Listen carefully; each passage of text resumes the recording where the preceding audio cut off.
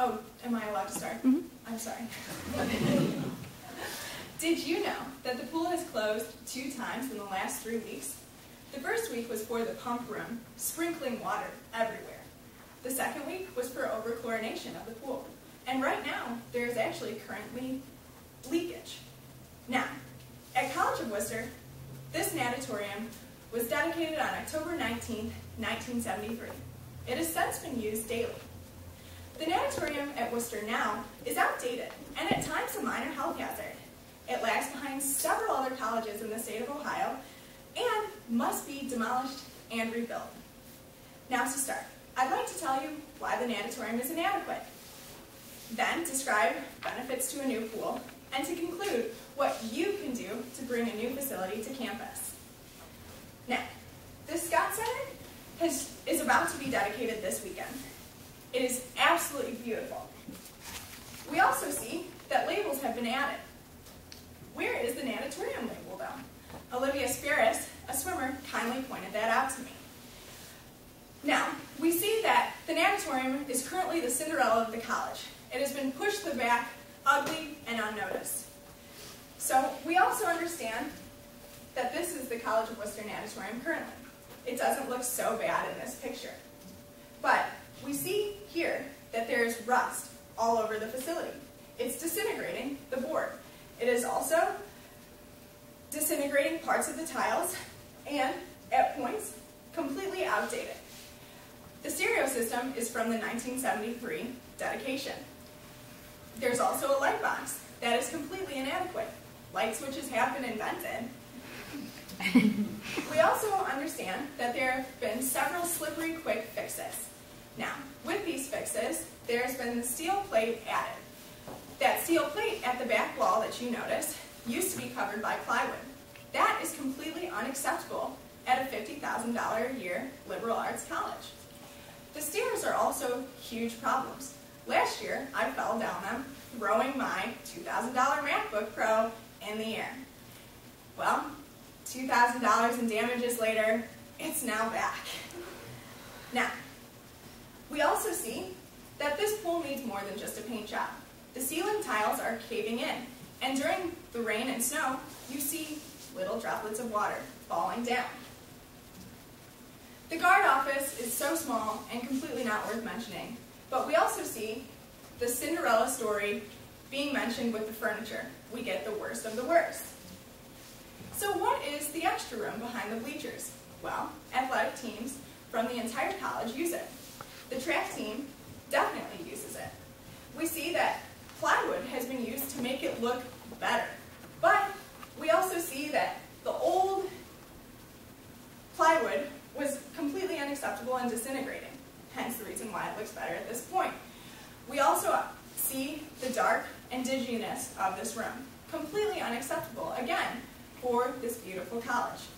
So, how do we know that water is a problem? Well, in 2007, Denise Kessler analyzed the leakage of the pool. She found that the pool was losing 2 inches of water a day. Translation, 12,000 gallons of water. There have since been issues with leaks, and in an interview on April 4th with Nathaniel Whitfield, the College of Worcester Athletic Facilities Director, new renovations have helped, but not all the way. New starting blocks, a diving stand, acid gloss of the tiling, a new chemical system, piping, and heat controls have all been added. The pool was closed during the 2010-2011 school year several times. The piping simply was not being regulated. This year has been better, but that doesn't mean things aren't being taken care of all the way. Bad ventilation still is a problem. This pool is from 1973, and technology and breathing diseases were different at that time. An enclosed space simply isn't okay. Now, besides general wear and tear, how serious is this problem? Well, in an interview on April 10th with Morgan Hughes, a College of Worcester swimmer with asthma who also swam at Division III Nationals, she said that this environment simply isn't safe. She also said, I quote, "There may be mold, and that's a problem you can't fix. It's ingrained in the tiles. The whole place needs to be gutted. There's no drainage system, and the gutter system is turned off, leaving the water stagnant. Are there still leaks? Well, no one knows, but Coach Rob is still filling the pool from time to time. I know my asthma has worsened. I used to have an attack every 6 weeks. During season, I would have one every day. It hasn't happened since I've been out of season, though. In another interview with Jeremy Vervotes on April 9th, he's an alumni who swam, said, during his 4 years, it was very difficult to breathe, and he coughed with his teammates throughout and after the season. He does believe that the pool is a minor health hazard, the pH is difficult to control, and the ventilation system was poorly constructed. The ventilation is by no means the fault of any maintenance crew at the college. It's simply infrastructure and age. In an interview with AdrianaSp5 on April 9th, another swimmer, she said that the tiles have continuously sliced her hand, and that it is a team joke that one day a kid will get sent to the ER with a huge deep cut and stitches. So why should the college as a whole care? Well, in a random interview with Cassandra Zavis on April 9th, she said that the pool is completely gross and she has absolutely no interest in swimming. She also said that all pools have minor maintenance, but the extremity of this pool simply isn't okay. She believes that there will be several benefits to a new pool, especially with regard to a liberal education. So, what are the benefits to the student body besides that? In an interview with President Grant Cornwell on April 10th, I quote, "We needed a new pool yesterday. The pool is high on the list of things to be renovated.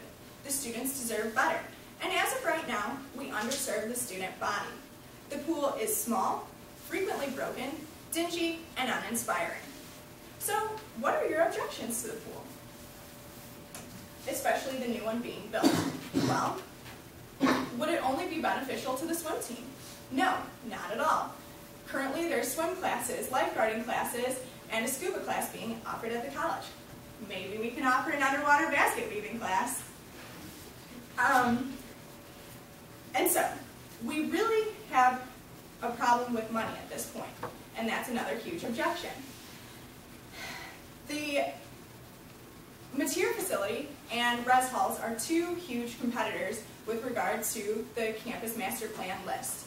Mateer would be a $25 million renovation that hasn't been done since the 60s. The res halls are completely disgusting. Look at Bisman. But the problem is, especially with regard to the pool, that this is a health hazard and could potentially turn into a major one, thus raising it higher on the list. Now, we also see that other schools in Ohio make for competition with regard to recruits. College of Worcester recruits especially should not have to overlook the College of Worcester pool in their final decision. Even general prospies are more inclined to choose a state-of-the-art facility which coincides with their holistic liberal education. Obviously, a new pool would also promote general health and wellness. According to Cornwell, there is a new campus commitment to health and wellness which would only improve with a new pool. Now, we're only serving swimmers. With the Ohio Wesleyan pool, it has just been erected and dedicated in 2010 and has put forth $10 million into the facility. On April 9th, in an interview with Anthony Fisher, a lacrosse player at Ohio Wesleyan University, he said he can't imagine swimming in a facility other than that, as he swims in it every day. Now imagine, the Board of Trustees finally put this pool at the top of their list. A new, improved, beautiful facility is built, and a 50-meter pool is now at our fingertips. Students, athletes, and members of the community could all swim in the pool at peak hours. Maintenance would be easier, technology more advanced, and we could all actually breathe because of a great new ventilation system. Summer clinics could be brought in, adding to a great source of revenue, and maybe we could even rent out the facility to allow more revenue as well. So what does the future hold if we do nothing? Well, the pool will continue to cost money. It is a money pit, it's simply outdated, and there's nothing we can do about that. A swimmer may also cut him or herself on the tiles, and breathing problems may ensue into greater problems which may turn into a lawsuit. So what can you do to help avoid these problems? Well, you could sign a petition to help the Board of Trustees realize this is a bigger issue than it is. They meet here at the college from May 31st to June 2nd. President Cornwell thinks that 10 years down the line, a new pool will be erected and dedicated. But is this too long? Is this hindering the financial gain of the college? Is this hindering the best possible enrollment? We must convince the Board of Trustees that this is necessary. We got to talk to our rich friends, get the donations, and get this pool on the road. So, to wrap up, the Worcester Natatorium is completely outdated and must be rebuilt.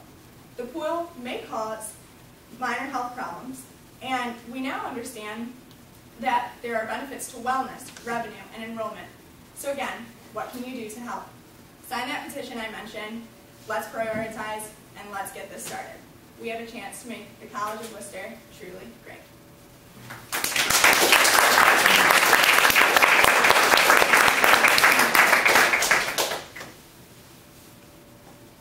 So now we have time for questions if you want to ask any. Where can you sign the petition at? Well, I'm currently making it. Oh, and you said... I'll let me know when Oh, don't worry. I'll bring it to class. I'll have everybody sign. 50 million people. Go ahead, guys. Do you have any idea how long construction would take? Like, if they started this summer, would it be done by the time the graduation season started? Kelsey's question was whether the pool would be done by next year. Probably not. Our high school facility, and this is just from previous experience, again, that was the $14 million facility that Jordan mentioned, took 2 years to build. And so I had 23 interviews with people. And so Ellen was one of them that I didn't get to mention in the speech, and she said, well, we could go swim at the Worcester High School, which is a great pool, and do what the tennis team did, and use those facilities, rent them out, and try to make the best of our situation until we get our great new pool. Any other ones? Don't worry, I did the research. I can answer everything. Go ahead, Petey. We talked to all of that about this thing and how bad it is and whatnot. So why hasn't this been talked about before about renovations being done to it? It has. It's just simply the fact that Worcester always makes sure it has enough money before starting a project. And Worcester is financially very adept at making great decisions. The Scott Center wasn't built until they had 17 million of the 30 something that it cost. And so those were all donation based.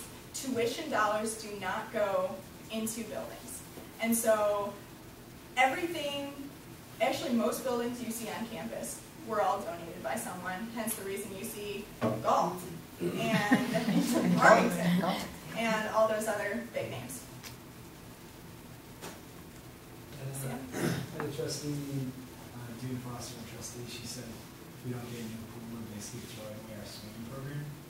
And when you, for your experience on the swim team, just from your personal experience, and if anyone wants to touch on this in other sports, what does it feel like to go to these other facilities? And do you feel like, as wearing Worcester swimming, that you're a second class? I'm going to give this question to Rob. Rob's the head coach of the team. So the question was, do you feel like a second-class citizen when you go to other facilities? I think we look forward to going to nicer facilities. When you compare it to our facility, I think it's hard to not, how should I say it,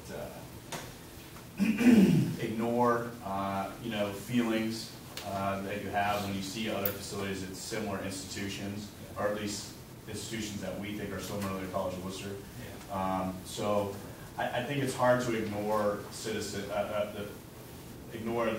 the feeling of being, quote unquote, a second class citizen. I think the more you deal with a facility like ours, the more you feel like administration and trustees are sending you a message. So. Go ahead. You mentioned offhand when you were talking about the quick fixes, the whole staircase and everything that you had a personal experience getting.